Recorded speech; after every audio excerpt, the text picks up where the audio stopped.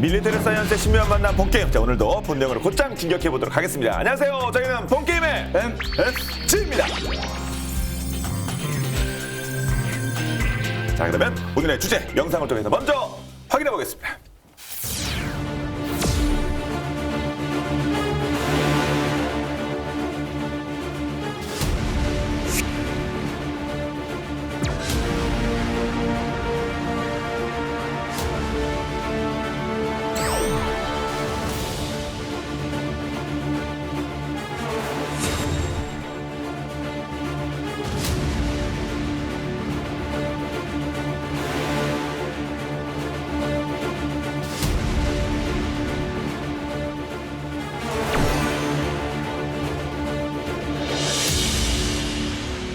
이제 지난 회차 때 드론에 대해서 저희가 다루면서 죽음의 사신, 리퍼 살펴보고 했었는데요.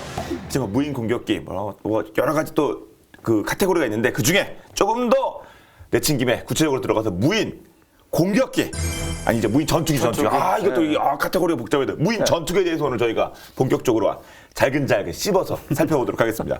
사실 이 무인 전투기 하면 솔직히 영화 같은 거 생각나지 않습니까? 적기가 막 외계인의 적기가 막 날아타는데 대장선을 딱 공격하니까 전부 훅 떨어지고 이런 느낌도 나고요. 예. 정말 이건 좀 무슨 공상과학 느낌이에요. 그렇죠. 근데 거의 이제 사실이 되는 상태니까 네. 다음 세대부터는 이제 전투기에 조종사가 안 탈 것이다. 오. 그런 얘기가 있거든요. 그러니까 기술이 거의 다 왔다는 얘기고, 그리고 보셨는지 모르겠는데 2005년에 그 스텔스라는 영화가 개봉한 적이 있어요. 그쵸. 예. 그 전투기가 주인공인데. 예. 얘는 이제 인간의 명령대로 움직이는 것도 아니고 그냥 프로그래밍 된 대로 한 것도 아니고 본인이란 말이 이상한데 그렇죠. 본체가 생각이 있습니다. 그렇죠. AI가 뛰어났어요. 인공지능이. 굉장히 뛰어난 AI를 가지고 이제 능동적으로 사고하면서 공격도 하고 나중에 고민과 갈등 이러다가 의심도 해요. 예, 의심도 하고 더 이상은 스포일러라서. 그렇죠. 근데 이게 얘 이름이 에디였어요. 이 사람 이름 같이 에디라고 붙여놨었는데 이런 에디가 거의 현실화될 날이 멀지 않았을 것이다.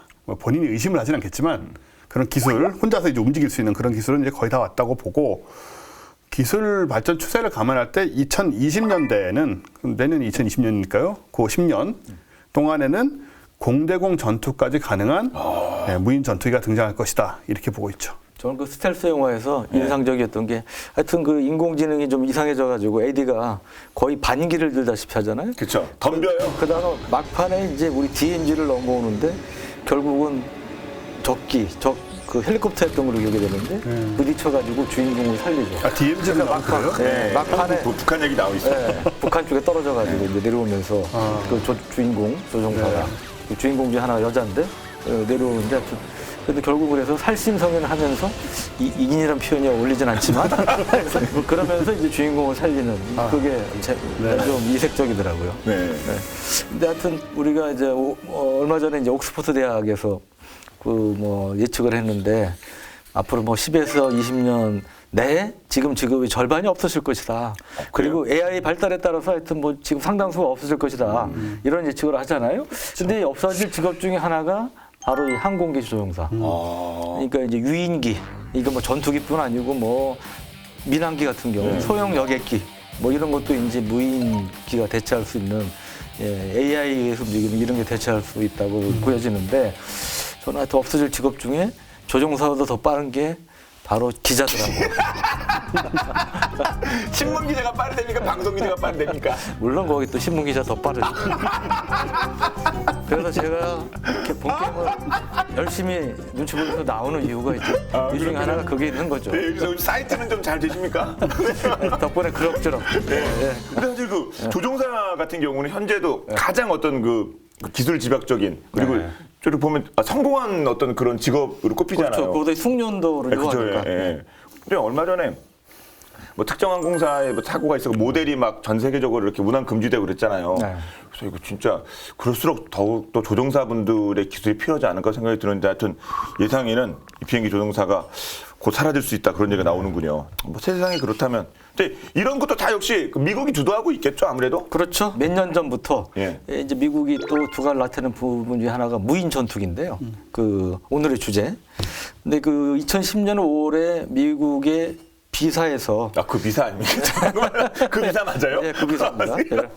그 비사에서 팬텀 레이라는 이제 무인 전투기를 공격을 했는데 이거는 이제 무인 공격기보다 진보된 거예요.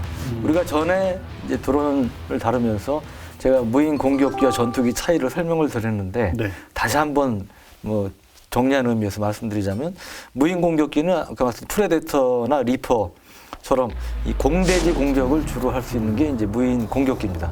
거기는 공대지 미사일인데 폭탄 같은 걸 달고 이제 공격을 하는 건데 이거는 공중훈련 같은 거는 못해요. 거의 못한다고 볼 수 있고 무인 전투기는 그런 공대지 임무 외에 본격적인 공중전까지 할 수 있는 이제 그런 면에서 아까 말씀드린 이제 그 인공지능 상당 수준의 발전된 인공지능을 요하는 이제 그런 측면도 있는 것이죠. 근데 이 팬텀 레이는 무인 공격기보다는 이제 무인 전투기에 가까운 이제 그런 건데 2008년 6월부터 약 2년에 걸쳐서 이제 개발했던 거고요. 근데 마침 우리 그 제작팀에서 영상을 준비했다고 그러니까 한번 보고서 말씀을 나누죠. 아, 팬텀 레이. 네. 그러니까 전형적인 스텔스 형상이죠. 예. 가오리. 아, 그래 가오리. 예. 가오리 형태의 네. 스텔스 형상이고요. 저는 홍어를 좀 더 좋아합니다만. 네.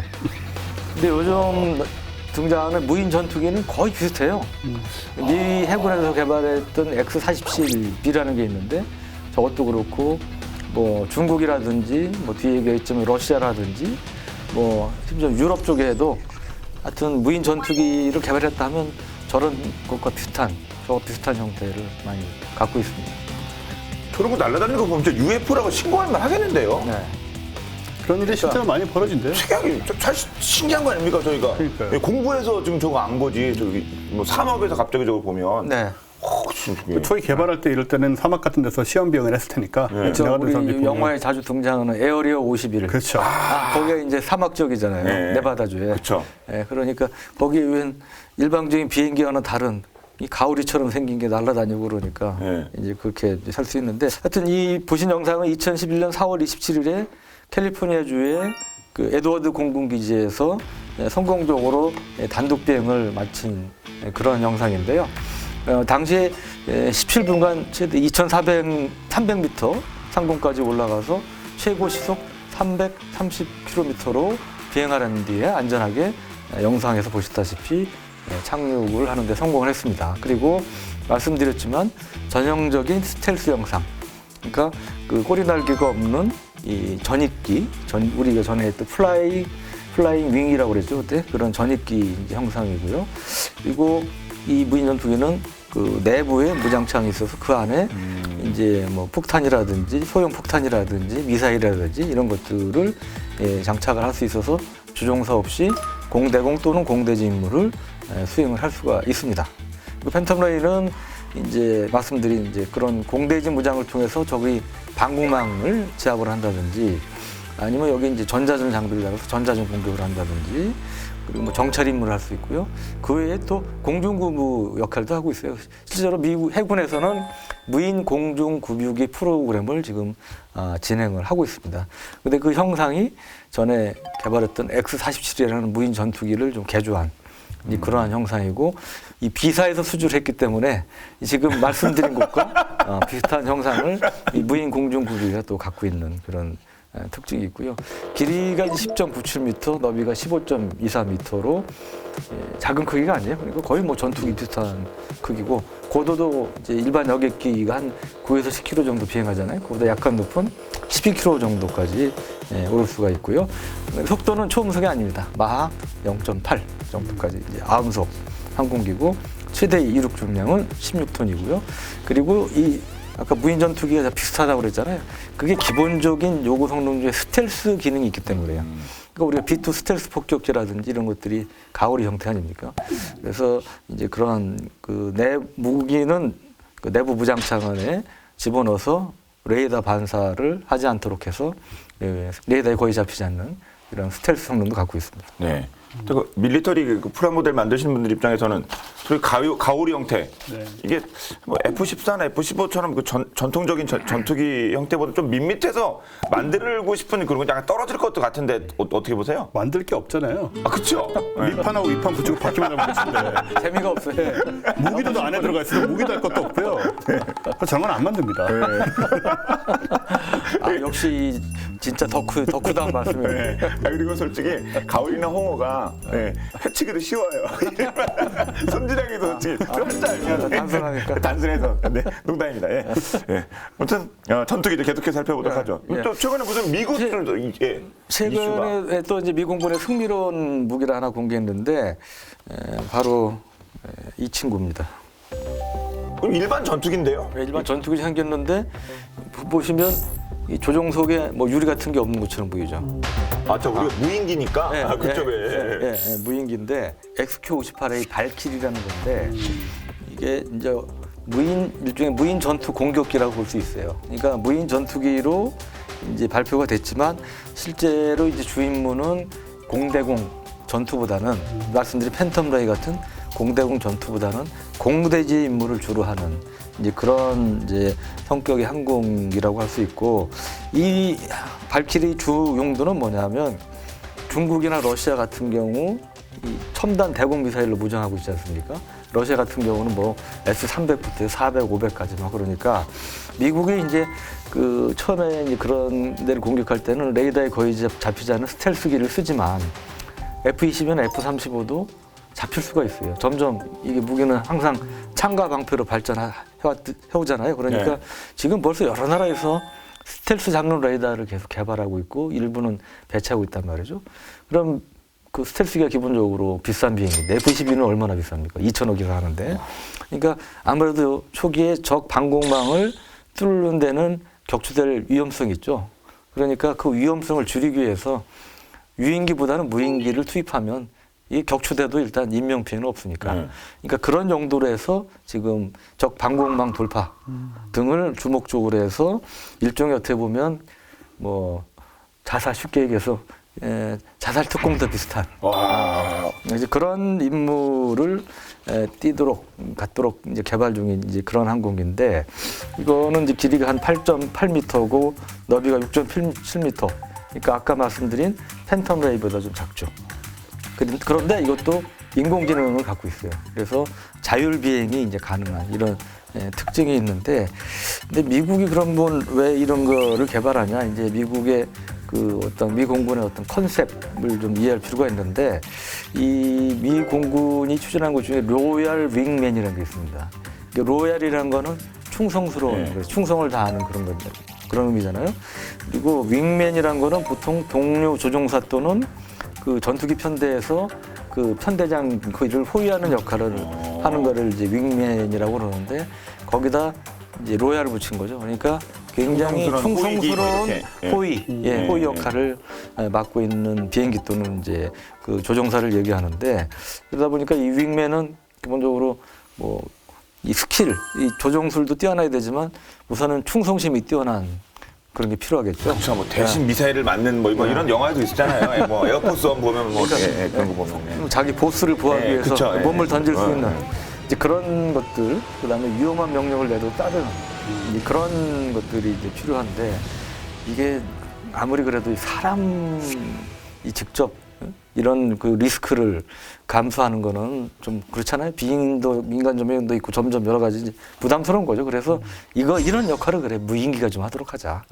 그래서 이제 이런 말씀드린 발키리 같은 거를 이제 개발하는 건데 이것도 이제 밑에 보면 그 안에 이제 여기서는 잘 안 보이는데 그 스텔스 성능을 갖추도록 했기 때문에 내부부 장창이 있어요. 그래서 그 안에 500파운드, 그러니까 225kg의 폭탄이나 이런 것들을 싣고 최고 속도 마 0.9의 속도로 비행을 할 수가 있고요. 그리고 F-16이나 F-35 같은 유인기와 편대를 구성해서 그 여기 이제 에스코트 호위에 가면서 이제 아까 말씀드린 그런 임무를 수행할 수가 있죠. 근데 이게 이제 장점이 뭐냐면 우리가 그 F-35 스텔스기가 한 대 전에는 뭐 한 2천억 가까이 있어요, 초기에. 근데 요새는 대량 생산이 되면서 한 1,000억 원대 초반으로 낮아졌고 더 내려갈 수도 있어요, 가격이. 그런데 하여튼 싼 가격은 아니죠. 1,000억 원이니까 싼 돈은 아니죠. 할인율이 너무 센데요. 이게 거의 반토막이나. 뭐든지 기다려야 돼요. 처음에 너무 비싸. 그러니까 또 양산이 되면서 세계적으로 많이 사니까 그러는데 이런 전투기에 비해서 이 발키리는 거의 한 40분의 1 가격이라는 거죠. 그러니까 싸니까 예를 들어 F-36 한 대가 들어가면서 주변에 발키리 몇십 대를 데리고 갈 수 있는 거예요. 그래서 일종의 이제 그 미끼, 적 대공망의 미끼 역할도 하면서 때려부시기도 하면서 뭐 이제 그런 역할, 임무를 줄 수가 있는 것이죠. 미사일 가격 정도네요, 그냥 40분의 1이면 그렇죠? 그렇죠. 비싼 미사일 가격을 주는 거죠. 예. 공격을 명령을 가하는 입장에서 보면 위험한 임무를 인간인 부하에게 안 하는 인간적인 면도 공격을 받는 입장에서 보면 사실 이게 진짜 아니 솔직히 가미가제고는 정말 그 비극인데 네. 그래도 나라를 위해서 뭐 이렇게 막 자신의 목숨을 버려가면서 들어갔으니까 이걸 수비하는 입장에서도 뭐 어떻게 좀 볼 수 군인 정신을 볼 수 있는 건데 이거는 무인기가 와서 때리면 이건 진짜 수비하는 입장에서 너무 빈간이 아니니까 이거는 와 이거 진짜 하여튼 예, 엄청나게 무서울 것 같긴 해요. 효과적이고 어려워지는 거죠, 수비 입장에서.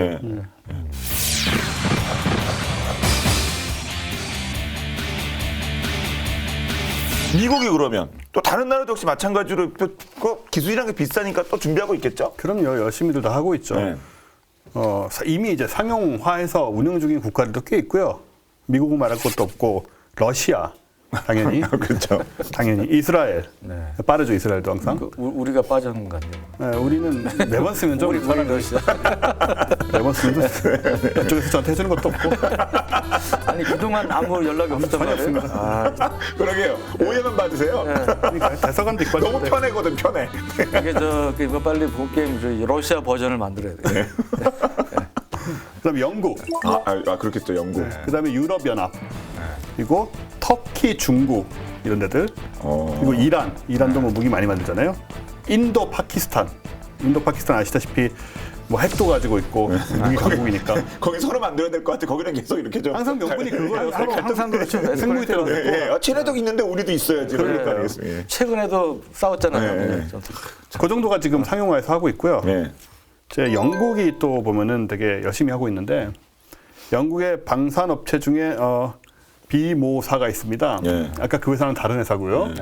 2010년 7월에 첫 무인 전투기 타라니스를 공개를 했어요.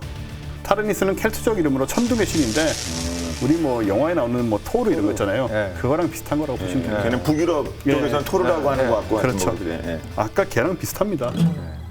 분들이 봤던 거랑. 그러니까 펜탄로이 계속 물빛 프라모델 만들기 재미없는. 가운데가 그 자동차 회사 B사를 좀 떠올리는 엠블럼 같기도 하고. 타라니스 이제 무인기고요. 지상에서 원격 조정을 안 한다는 게 중요한데 지금 오늘 얘기하는 우리 무인 전투기는 지난번에 무인 공격기는 왜 미국 본토에서 뭐 3명이 앉아가지고 조종한다 이런 말씀 드렸잖아요.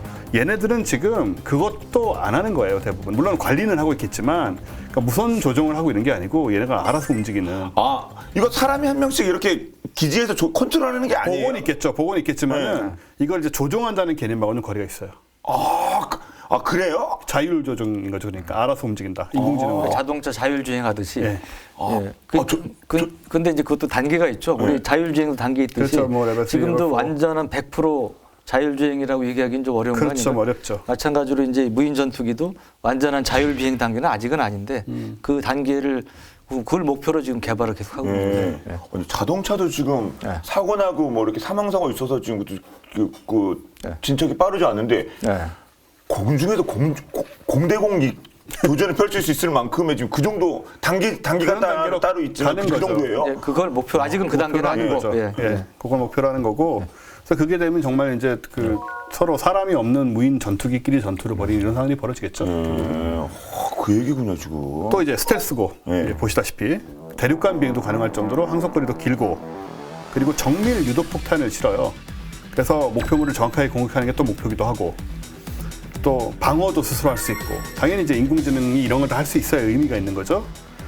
영화 속에서 등장했던 에디까지 가려면 멉니다. 먼 얘기고요. 그거는 아직 그런 건 나오지 않았고 하지만 어느 정도는 이제 상황 판단을 할 수 있다는 얘기가 되는 거죠. 방어를 할 수 있다는 거는 길이는 11.35m 혹은 9.94m, 높이 4m, 중량 8톤. 이래서 팬텀 레이브보다 조금 작습니다. 조금 작고 그 다음에 뭐 속도나 탑재량 같은 건 아직 공개가 안 돼 있어요. 네. 지금 뭐 영국의 그 항공기술력은 지금 롤스 무슨 뭐 엔진부터 시작해서 뭐 그게 딱 인상적인데 엄청나긴 했잖아요 예전부터. 굉장히 오랫동안 세계의 리더 역할을 했고요. 그러니까 미국 비행기를 만든 건 미국이지만 발전시킨 건 프랑스랑 영국이었어요. 사실 초기부터. 2차 대전 때 그 제가 저는 스피드파이어 있었고 해리어도 영국 거고요. 이렇게. 네, 지난번에 얘기했던. 네. 그 다음에 지금도 기술력이 상당히 좋은 편이고 또 드론 같은 경우에는 그 상용화의 시발점이라는 상황이 1930년대부터 시작이 되는데 2차 대전 전이잖아요. 그죠? 네. 네. 1930년대 DH-82라는 포격용 기체가 있었어요. 이것도 이제 영국에서 개발을 했고 이게 드론의 시초다. 그래요? 이거 본방 야삭감인데요? 1930년에 그런 그러니까요. 예. 이미 시초가 되는 그런 모델이 있었어요? 물론 뭐 지금하고는 많이 차이가 나겠지만 그런 게 있었고 이 사람이 타는 훈련용 복엽기인 타이거 모스를 원격 조종 무인기로 개조를 한 것이 이 DH-82예요. 별명이 여왕벌이었어요. 퀸비. 그랬는데 그러니까 영국이 여왕이잖아요. 아, 그쵸. 예. 퀸을 거기 붙이면 좀 그렇죠. 불경할 수도 있겠네요. 아마 요 무렵쯤에서 바뀌시지 않았나 생각이 드는데 그래서 이제 드론이란 말은 우리가 무슨 뜻인지 잘 모르는데 원래 수퍼를 뜻하거든요.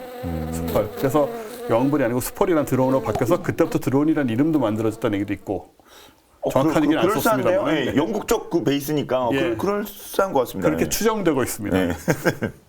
그 다음에 프랑스의 D사를 위시해서 이탈리아, 스페인, 뭐 스위스 기업들이 컨소시엄 형태로 제작한 또 스텔스 드론이 있어요.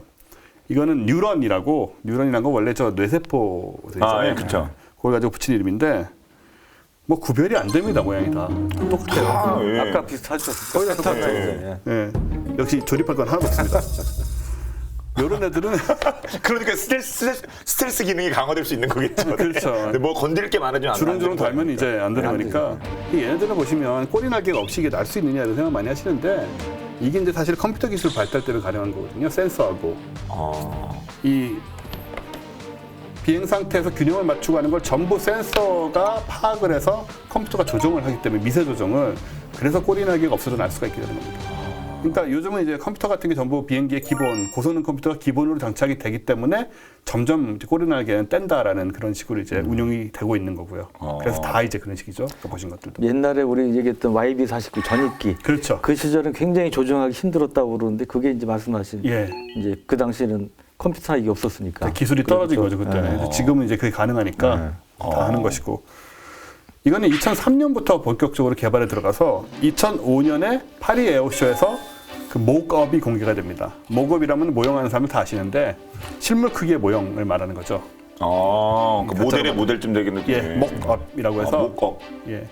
여기서는 한자가 아닙니다. 옛날에 나무로 만들기도 했는데 지금은 플라스틱이나 쇠로. 그러게요. 한자하고 영어를 합친 그 조어가 아니거든요. 목업이. MOCK네요. 네, MOCK예요. MOCK하고 UP. 네. 예, 아무튼 이게 공개가 됐고 그 형태가 나온 거죠.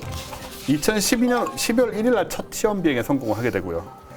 근데 이제 컨소시엄 형태로 많이 참여하다 보니까 요구사항 변경되고 뭐 작업 분담 교섭하고 이런 커뮤니케이션이 빈번하고 이런데 어려움이 좀 있습니다. 그래서 최근에는 좀 지지부진하고 일부 파트너는 교체됐다는 얘기도 하고 탈퇴하려는 움직임도 있고 하지만 성능 데이터를 보면 굉장히 우수하다. 미국의 B2 스피릿 폭격기의 영향을 많이 받았다고 하고요. 크기는 영국의 호크 훈련기하고 동일한 정도인데 무장은 당연히 내부에 탑재를 하고 1톤 정도의 공대지 무장을 장착을 하고 엔진은 이제 프랑스 라팔용 엔진을 쓰고 센서는 레이더, 뭐 적외선 센서, 정찰용 장비, 공대지 무장 유도 시스템 이런 거를 좀 탑재해서 여러 가지로 공격용으로 굉장히 많은 기능을 갖고 있어요. 네. 뭐 미국 쪽 그리고 뭐 또 유럽도 살펴봤는데 그리고 드론하면은 뭐 민간용이라고 해야 될까요? 하여튼 돈 주고 살 수 있는 거는 뭐 싼 거부터 비싼 것까지 대부분 이제 중국이 짱이거든요. 네, 예. 그렇죠. 그 기술 사실은 가겠죠? 우리가 이제 드론 하면은 원래 민간용 소형 무인기를 드론이라고 많이 해요. 근데 이제 언론에서는 자꾸 이제 군사용, 아까 말씀하신 리퍼나 뭐 이런 것도 군사용 무인기도 드론이라고 표현하는데 원래 군사적으로 군에서는 이제 무인기 UAV로 이제 많이 표현하죠. 그게 이제 UAS라는 표현도 쓰는데 네. 여간간에 그 민간용 그 소형 드론 시장에 중국에 잘 아시는 DJI가 뭐 75%를 점유한다고 그러지 않습니까? 절대적인 강자로 이제 군림을 해왔는데 이제 중국이 그런 민간용에 그치지 않고 군사용 무인기까지 적극적으로 지금 정말 놀라울 정도로 다양하게 많은 종류의 군사용 무인기를 개발해내고 배치하고 있어요. 또 외국에 판매까지 하고 있고 뭐 중동 이런 데 막 미국하고 경쟁해서 이기기도 하고 뭐 그러는데 여간 그 미국이 이제 이런 수출 시장 이 중동에서의 수출에도 어느 정도 먹히는 것 중에 하나는 미국은 이제 MTCRA라고 미사일 기술 통제 체제라고 그래서 그 다른 나라의 이제 그 탄도 미사일이나 아니면 다른 순항 미사일 이런 첨단 기술이 확산되는 걸 막기 위해서 만든 국제적인 체제가 있는데 그거에 따라서 무조건 돈 준다고 파는 게 아니고 굉장히 엄격하게 그 심사를 해서 팝니다. 근데 중국은 미국에 비해 상대적으로 그런 게 없어요. 일단 돈 되면 팔고 조건 맞으면 네, 돈 되면 팔고 그다음에 자기들 어떤 그 외교적 영향력 확대를 위해서 군사 지원일 수 있겠군요. 그런 맥락에서 이제 마구 이제 막 팔기도 하고 그러는데 그래서 그러다 보니까 뭐 사우디아라비아 같은 경우도 굉장히 어떻게 보면 친미 성향의 국가인데 거기 또 심지어 중국제 무인기를 수입해서 쓰고 있고 그래요. 근데 거기 뭐 가격이 미국에 비해서 훨씬 싸기도 하지만 뭐 이제 그런 것들이 있는데 하여간 중동 지역에 판 거는 이제 그 리퍼 비슷한 무인 공격기 같은 거 판매를 했습니다. 이미 하고 있고. 근데 여기 그치지 않고 우리 오늘 주제인 무인 전투기도 이제 중국이 막 개발을 하고 있고 그걸 막 보여주고 있다는 거죠. 네. 중국이 어느 면에서는 그 무인기 뭐 선도할 수도 있는 그런 기술력을 보유했나 보네요. 좀 더 중국은 뭐 가져오신 거 없어요? 뭐? 중국 이게 이제 중국의 그 주하이 에어쇼라고 있어요. 광동성에 있는 지역인데 2년에 한 번씩 에어쇼를 하는데 2018년 10월에 주하이 에어쇼 때 공개된 무인 전투기 이게 CH-7 차이홍이라고 불리는 무인 전투기 모형 사진인데요. 저희 동네 네. 차이용이라고 중국 음식점 있는데 이거 많이 있지 않나요? 차이홍이라는 걸 많이 했는데 아무튼 그 뜻이 뭔지 모르겠는데 네, 그리고 이제 뷰티 쪽에도 비슷한 저 있고 그렇습니다. 하여간 음식점에도 이름이 많다는 건 좋은 의미일 거예요. 좋은 의미니까 이제 많이 있는 거예요. 네. 근데 이것도 보면 다 비슷해요. 아까 말씀드린 그러게 네, 가오리 스텔스 문양. 예, 공기 흡입구가 이쪽으로 향해 있고 예, 가오리 형태의 이제 그런 것인데 이게 이제 아까 잠깐 말씀 미 해군에서 개발을 하다가 이제 프로그램 자체 중지된 저 X-47B라는 프로젝트가 있었는데 그거는 이제 함상 무인 전투기 항공모함에서 이착륙이 가능한 무인 전투기 그 시험까지 하고 이제 그 프로젝트는 끝났는데 약간 그거를 뭐 그거 짝퉁이다 뭐 이런 얘기도 듣고 그러는데 스텔스 성능이 있고 내부 무장창이 있어서 이 안에 이제 공대지 또는 이제 공대공 미사일 또는 정밀 유도 폭탄 이런 것을 장착을 할 수가 있고요. 올해 중에 이제 첫 비행을 할 것으로 알려져 있습니다. 그러니까 뭐 단순히 모형으로만 존재하는 게 아니고 실제로 시제기는 이제 만들어져 있다고 봐야 되고 2022년쯤 양산이 가능하지 않을까. 몇 년 안 남았네요. 3년? 근데 이제 원래 개발하다 보면 좀 늦을 수 있기 때문에 이르면 2022년으로 보시면 될 것 같습니다. 길이가 10m, 폭 22m의 전입기로 최고 시속은 920km니까 일이 안 되고요.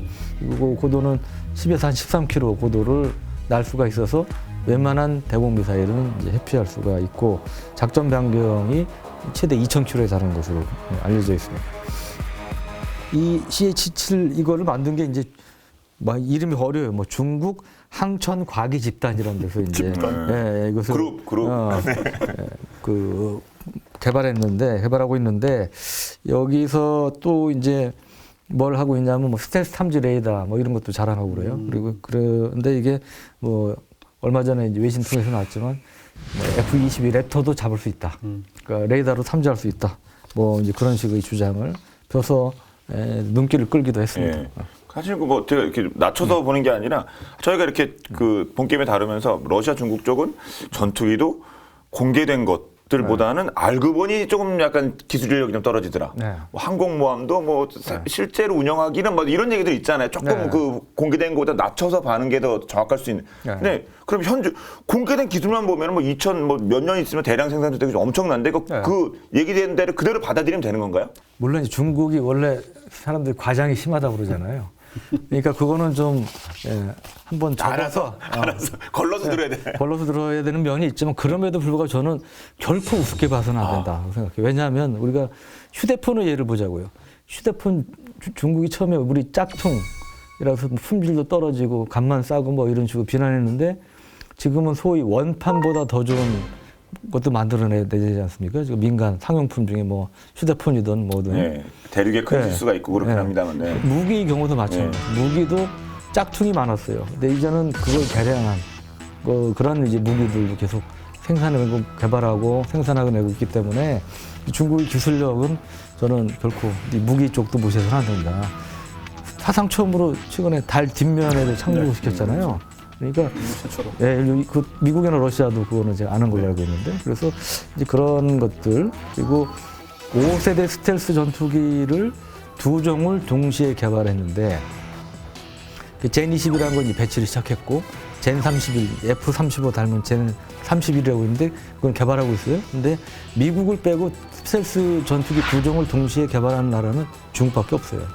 그래서 하여튼 뭐 그런 맥락에서도 하여튼 중국을 결코 저는 가볍게 봐서는 안 된다고 생각합니다. 네. 중국 얘기 나와서 말인데요. 우리는 아직도 중국 가면 뭐 짝퉁 그리고 전자제품 조립하는 나라 뭐 이렇게 생각을 하는데 올해는 아니고 작년이었을 거예요. 우리나라가 1년 예산이 한 400조쯤 되거든요. 중국이 과학기술 R&D 예산이 400조예요.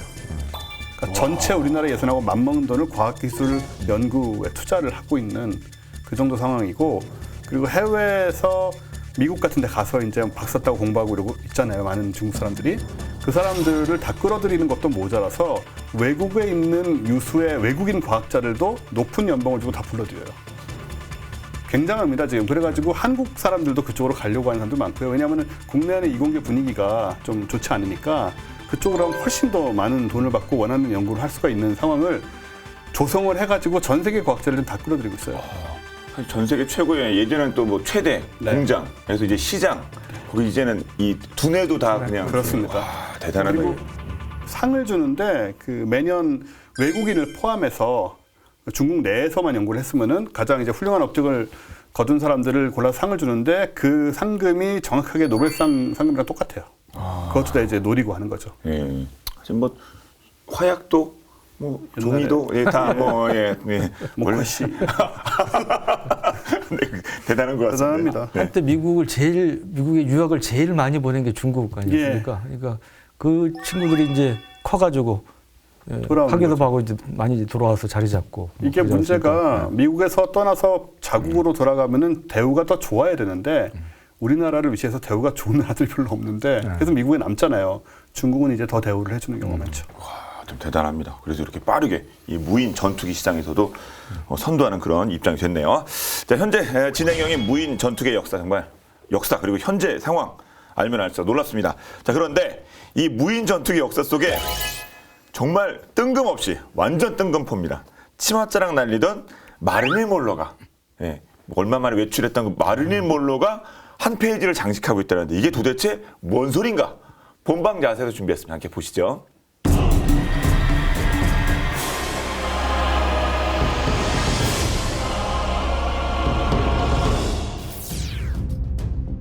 지난 2018년 4월 니콜라스 마두로 베네수엘라 대통령의 방위군 창설 기념식 연설 도중 드론 암살 사건이 발생하면서 드론 무기화가 현실화되고 있는데요.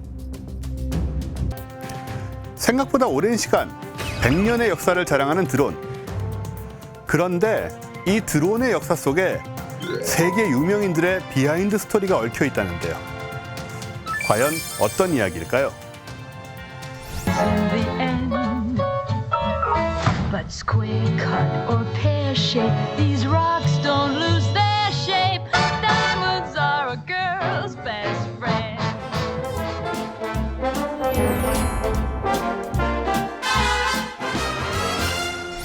원래부터 군사용 목적으로 개발된 드론. 드론의 기원을 따라가다 보면 자율주행차 테슬라로 더 유명한 니콜라 테슬라를 빼놓을 수 없습니다. 이미 1900년대 초반 무인 비행기의 기초 이론을 설립한 천재과학자인 테슬라. 레이더와 무선 통신 원리를 적용해 원격 조종이 가능한 무인 비행기를 만들면 공중전에서 조종사의 인명 피해를 줄일 수 있다는 것이 그의 생각이었는데요. 테슬라의 연구를 바탕으로 미국 정부는 제1차 세계대전 막바지인 1918년 약 80km를 비행한 후 동체 폭탄으로 목표물을 타격하는 무인 전투기 캐더링 버그를 개발해냅니다. 초창기 UAV 겸 순항 미사일인 캐터링 버그. 이륙 과정에서 다른 동력의 도움을 받기만 하면 어떤 야포도 달성하지 못한 120km의 사거리에서 180파운드 폭탄을 투하할 수 있는 강력한 무기인데요. 여담으로 재미있는 점은 이 캐터링 버그가 가끔 논밭에 떨어지면 마음씨 착한 농부들이 파일럿을 구하기 위해 헐레벌떡 달려갔지만 무인기에 파일럿이 있으리 만무하고 농부들은 당황할 수밖에 없었다는데요. 당연히 군에서는 기밀 유지를 해야 했기 때문에 조종사는 추락 전에 낙하산을 타고 탈출했다고 둘러댈 수밖에 없었다고 하는군요. 비록 캐터링 버그는 개발 도중 제1차 세계대전이 종결돼 실전에서는 제대로 활용되지 못했는데요. 하지만 이 캐터링 버그를 거쳐 제2차 세계대전 당시 세계 최초 대량 생산형 무인 항공기 OQ-2가 대량 생산되고 이후 드론의 기술은 비약적으로 발전하게 됩니다. 그런데 이 OQ-2 생산과 함께 또 한 명의 유명인의 일화가 얽혀 있는데요. 그 주인공은 바로 영원한 섹시스타 마릴린 먼로. 어쩌면 최초의 대량 생산형 드론이 그녀의 손에서 탄생했을지도 모른다니. 대체 어떻게 된 일일까요? 때는 거슬러 1939년 미국의 한 군수공장. 당시 노마 진 베이커라고 불린 여성은 남편이 제2차 세계대전에 참전해 있는 동안 군수공장에 취직해 생산직 노동자로 일하게 되는데요. 1944년 어느 날 미국의 사진작가인 데이비드 코노버는 젊은 여공들의 사진을 찍기 위해 이 공장을 방문하고 유독 눈에 띄는 여성을 발견하게 되는데요. 바로 그녀가 세기의 스타로 화려하게 변신할 마릴린 먼로였습니다. 마릴린 먼로는 카메라 앞에서도 자연스러운 포즈와 표정으로 스타성을 마음껏 뽐내며 사진작가의 시선을 사로잡았는데요. 이렇게 세기의 배우를 탄생시킨 이 군수공장이 바로 OQ-2를 생산하던 라디오 플레인사였던 것입니다. 1939년부터 만들어진 OQ-2는 제2차 세계대전 종전까지 1만 5천 대가 생산된 세계적인 무기인데요. 사진작가인 데이비드 코노버는 이 무인 항공기에 열심히 페인트 칠을 하던 아름다운 마릴린 먼로를 촬영했고 이 사진은 잡지에 실린 후 마릴린 먼로는 세계적인 유명 스타로 발돋움하게 된 것이죠. 무인기는 미국의 역사를 바꿔놓게 되는데요. 무슨 얘기냐고요? 때는 제2차 세계대전 말기인 1944년 미 해군은 엔빌 프로젝트를 시도합니다. 엔빌 프로젝트란 무인 폭격기에 폭탄을 가득 채워 이륙한 뒤 조종사가 낙하산으로 뛰어내려 무인기 상태가 되면 그대로 비행을 하다가 목표 지점에 충돌한다는 작전이었는데요.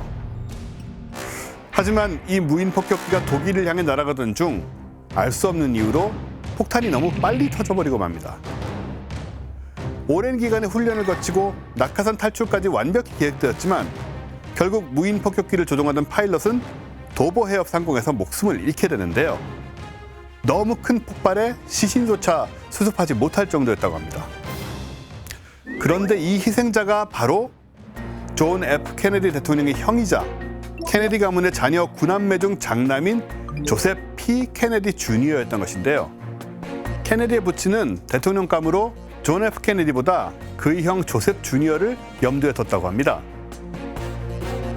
만약 그가 무인 폭격기 사고로 목숨을 잃지 않았다면 미국의 대통령은 존 F 케네디가 아닌 그의 형 조셉 주니어가 되었을 텐데요. 그렇다면 미국의 역사, 아니 세계의 역사가 어떻게 바뀌었을지 모를 일입니다. 항공기와 전투기, 나아가 공중전의 대세를 바꿔버린 드론, 그리고 무인 전투기. 100년의 오랜 역사 속에서 여러 전쟁의 판도는 물론 수많은 인물들의 인생까지 변화시킨 것 같습니다.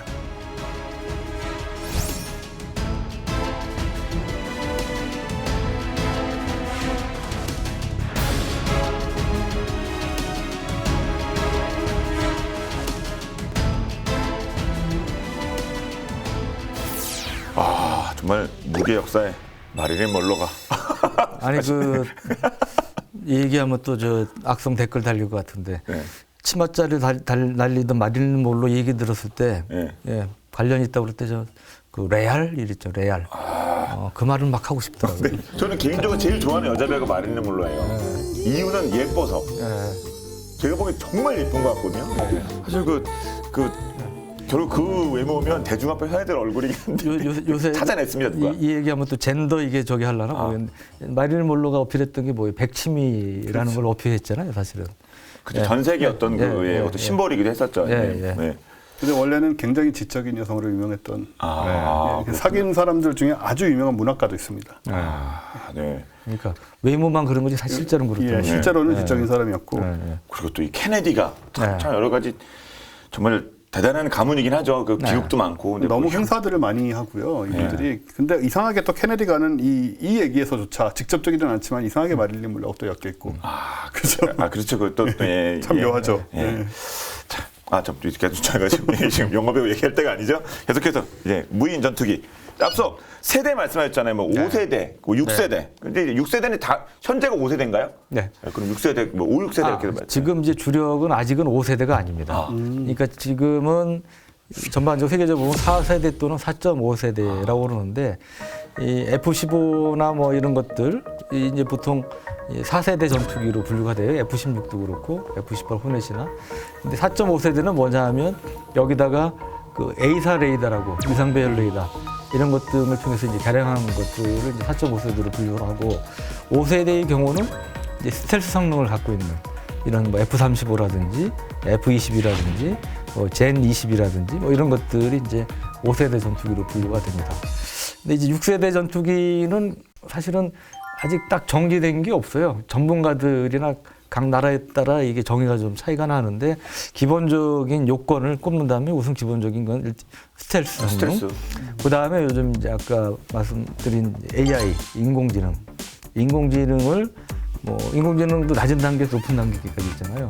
근데 완전한 뭐 자율 비행이 가능한 뭐 그 정도까지는 아니더라도 상당 수준의 인공지능을 갖춘 이제 그런 것들. 그래서 일부는 뭐 무인 기로서 역할을 할 수 있는 이제 그런 것들이 이제 요구되는 게 있고. 그래서 이제 그런 면에서 그 6세대 전투기는 위험한 지역 같은 경우는 이제 무인기로서 이 투입이 돼서 공중보급을 받으면서 전투를 할 수 있는 이제 그런 역할도 할 수 있고, 또 하나는 이제 유인기와 무인기 조합이라는 얘기를 많이 하는데, 그러니까 무인기끼리 완전한 자율 비행을 하고 인공지능을 갖고 하는 그런 거는 아직은 몇십 년 뒤의 얘기고 아직 어려우니까 유인기가 중심이 돼서 주변의 무인기들을 컨트롤하는 거죠.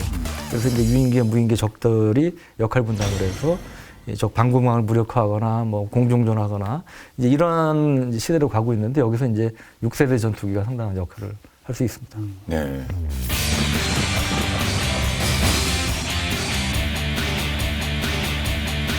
육 6세대 전투기, 어떤 뭐 초기 모델이라든가 이런 공개된 것들이 있을까요? 네. 왜 한숨을 주세요? 없으면 없다고 하시는데 왜 한숨을 주세요, 그렇게? 이것도 약간 이제 목에 좀 힘이 들어가가지고. 있잖아요. 전에 할 때마다 타보셨나요? 했던 거 있잖아요.